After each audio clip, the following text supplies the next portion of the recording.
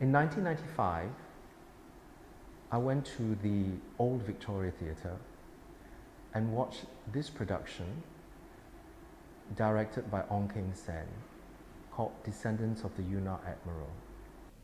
For me, Ong Keng Sen is probably the iconoclast in theatre here. I think he's very important because he will shake up ideas and he'll introduce new ideas, and he's always ahead of the game. Keng Sen, who is never afraid of being different, who's never afraid of saying, that's boring. That's him. Oh my God, that's so boring. Why would you want to do that? Oh my God. You know, and he's not afraid to say, that's boring, do something else lah, do something more interesting. I would say working with Ong Keng Sen has been the most impactful on me as an artist and a performer. About a month after that, Corp Alkan directed his own Chinese translation. Written by Corp Alkan, who is a doyen of Singapore theatre and influenced so many people. And the version I saw was directed by Ong Keng Sen. It was just a special moment, and never to happen again, back to back, two productions. And two very different aesthetics and two very different languages. Having started working with theatre works from a young age, you can't help but start to be very much influenced by a certain style of working. So there was no naturalistic or linear narrative, and yet I found myself tearing at certain points, just by 8 people spinning at the same time and saying very presentationally, I found that dreaming has become the largest part of my life. With all that information, he would then create a visual, spectacle which required a lot of physical dexterity from the actors. And I don't know why I started crying, which was really interesting for me. I think it was subconscious, the beauty of what was going on the stage, the aesthetic, the very pure movement, the difficult movement of spinning for 8 minutes non-stop, saying these amazing lines about a subconscious awareness of oneself, It was hugely painful, 8 hours. So if we were doing a spinning scene, it would spin for 8 hours. Two artists' expression of the same text with different actors. It was really quite a life-changing experience for me. At the beginning of this interview, I mentioned Corp Alkan. That's not a fair question because I would say it has to be my father. Aside from my mother, the person who made the biggest impression on me was Corp Alkan. His seminal Mother Looking for Her Cat set a landmark which I wish had been more followed up in the following 2 decades, in integrating the different traditions of Singapore theatre. I went to my first live Singapore theatre performance, and it was Corp Alkan's Mama Looking for Her Cat, and it was performed at NUS in one of the big lecture theatres. And I was amazed. I was gobsmacked. I guess one of them is Mama Looking for Her Cat, which was a multilingual production. I didn't understand most of it because it was in the 3 languages or 2 languages, but the play really reached the hearts of the audience, and it was mostly students, and I can remember them crying, tears streaming down their faces as the performance reached them. I mean, I was lucky enough to be a part of that because, I mean, it was really, I consider that as part of my training. Those months that we spent in Palkun's in practice theatre in those days, which was in Somerville. It was in a house, and a neighbour would come once 10:30 came to come banging the pots, asking us to shut up. Palkan did leave a big impression on me from the very start when I met him. He was not an easy man. He could be very cantankerous, and he could almost be borderline racist. I mean, he refused to come and teach at LaSalle because he said it was Western, didn't want to know about it. But having said that, I think he was probably, people actually in the business, I mean, other than Joe McNally, who had a huge influence on me, but people actually in the theatre business, Palkan stood out greatly. he would leave you with a line, you know, like when he meets you, he will say something and it will just disturb you for the rest of the week. So like once we were opening a show and he said, "So how's the house?" I said, "Okay, but the reviewers are coming today." And he said, "Don't let the reviewers intimidate you. You intimidate them." And then he walks away. So you're thinking for the rest of the week, is that arrogance or is that what artists should be? The theatre practice actually started as a school. And it was started as a school back then because they wanted to have a professional experiences, but there weren't many, people who were, skilled or trained or, knew how to do this. So they started from ground zero, started to build it from the ground. And so the education, the nurturing, the facilitating, were all very important to them. I worked with him and he's been a mentor and a friend and a teacher, the best that anyone could possibly have. He was my teacher. He was my teacher for two workshops. And I suppose besides the learning the techniques and the skills, I think what he taught me was discipline. This year is our 50th anniversary. After 50 years, that culture is really deeply ingrained in the company as well as in me. So for every show you do, you have to grow. And I asked him, I said, what guides you? What helps you make the right decisions or make the choices you want? He said, in your head, there is this light, and you listen and you look at that light, and that's what guides you. And I think that left me with a very lasting impression. I think we were his first group of English-speaking students. And we would go to his class late, and he would give us a look that we would never dare to be late again. It's also about creating opportunities for other people to grow, whether it's the artists you're working with, whether it's the production management crew you're working with, whether it's the venue people that you're working with, or the audience that you're reaching out to, or the interns that you are taking along, mentoring. If there's no growth, then there's no reason to do a production. 我说你做戏剧那么多年啊，你有没有想过要放弃啊？因为很辛苦嘛，这个行业啊。他的回答竟然是有，我每一天都想着要放弃，但是我每一天醒来呢，我都想我可以不用做这件事情的，我是有选择的，但是呢，你要不要去做呢？而他每一天早上呢，都做了一个决定，对，我要去做这件事情。He is a very sensible father figure, and everything he say is always deep. Sort of like well thought of before he communicate his thoughts. 郭宝坤最爱问的一句话就是“你觉得呢？”一问完就是空白一片了。你说他问这句话是什么意思呢？然后你就开始想我想郭宝坤至少让我觉得发问、提问，真是一个很重要的东西。Working with him is always forever learning, forever fearful, and aware, and also loving him. So I really miss talking to him sometimes. An artistic work always has to have relevance to the people that is around it, whether it's the people who are doing it or the people that you're doing it for. It was William Teo who first introduced me to theatre because he actually was King's Hand first because of Beauty World. But after Beauty World, I kind of worked with William a lot. It was my ex-boss. He inspired me. He's the one who brought me out of a normal salon routine into a theatre.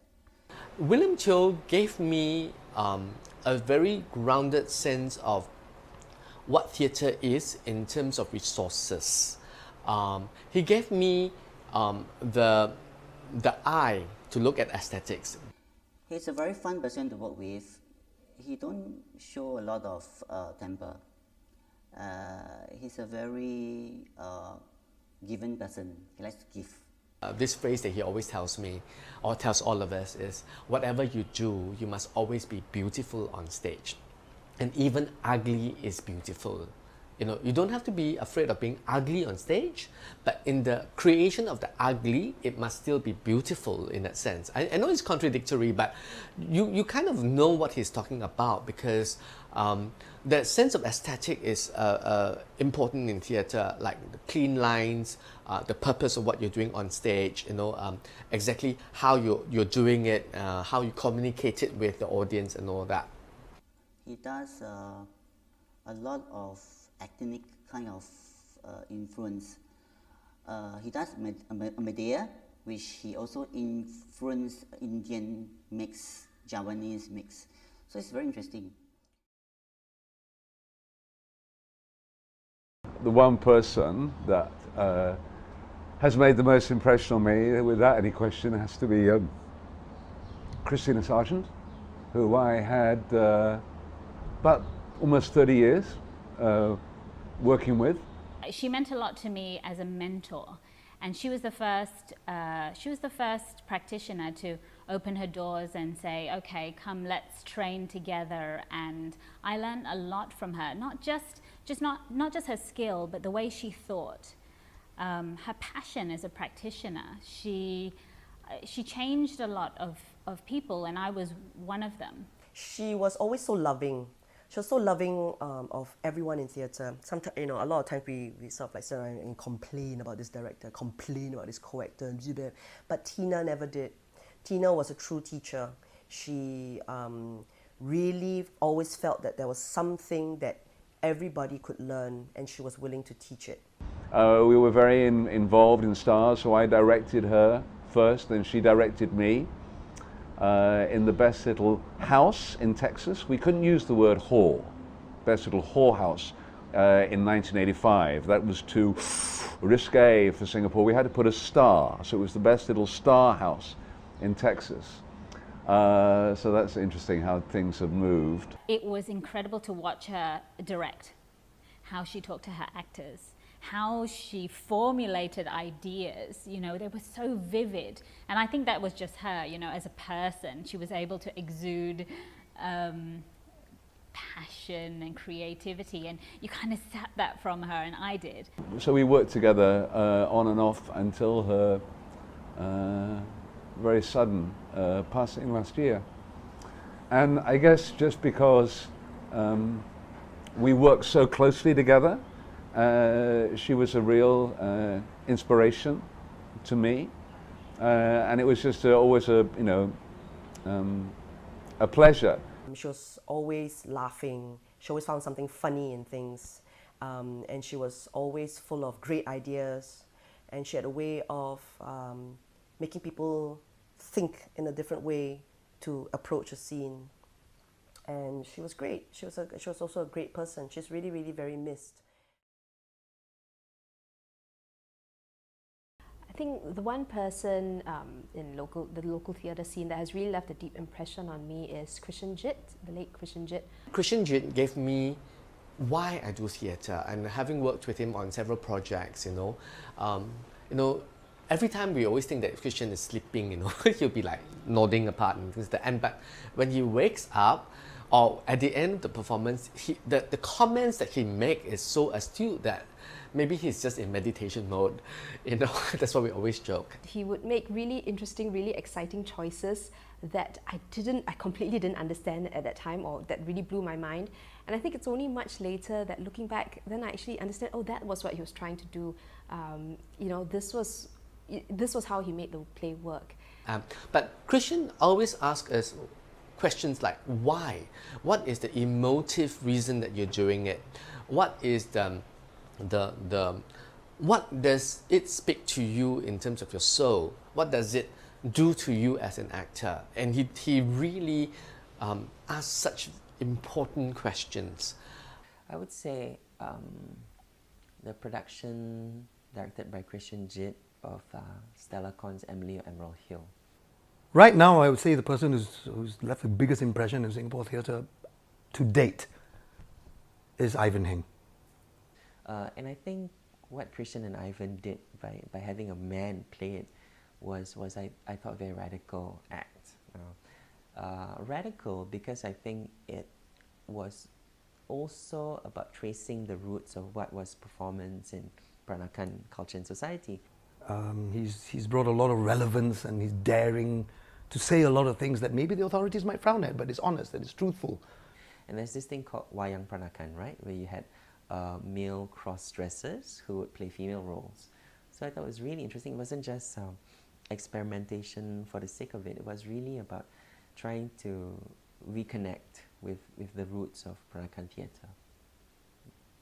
I have to thank Ivan for welcoming me into the theatre after I came back from the United States.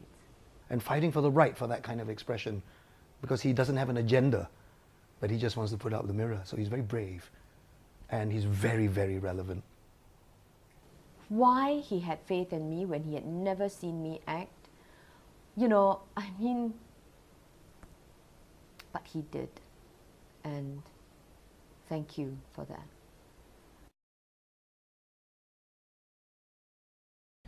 If I have to think of one person that inspired me or continue to inspire me, I have to say Alvin Tan.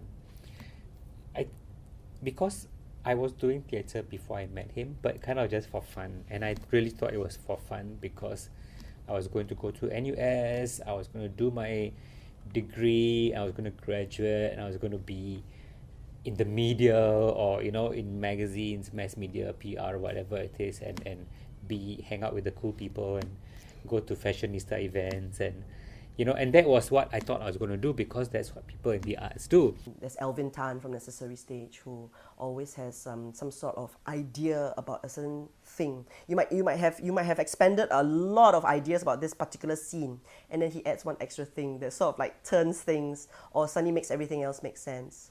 And then when I met him, the theatre part of my life kind of became more grounded because it wasn't just for fun, it was about society, it was about social consciousness, it was about injustice. Everyone would gather after rehearsals and talk about improving the production and how we can make it better. And everyone from the performers, to the designers, to Harish and Alvin. That was a turning point because for me, theatre became not just this frothy, silly, fun thing that you do with friends, but it was a deeper engagement. You know, theatre meant that we had to work hard off stage and on stage. Theatre meant that we had a responsibility to our society, you know, to give voice to the voiceless. And it's Harish, of course, who Harish not only because of his writing and the way he is able to take you know, when you do improvisation work with him, he takes what you give him and then he creates something, but also as himself, he's just so full of humor, and you can see how it all translates into his writing. Harish being my mentor, playwright mentor in my formative years.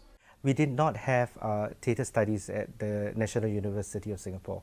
Harish took literature, I took literature, Harish took language, and he was interested in social linguistics, and I took sociology.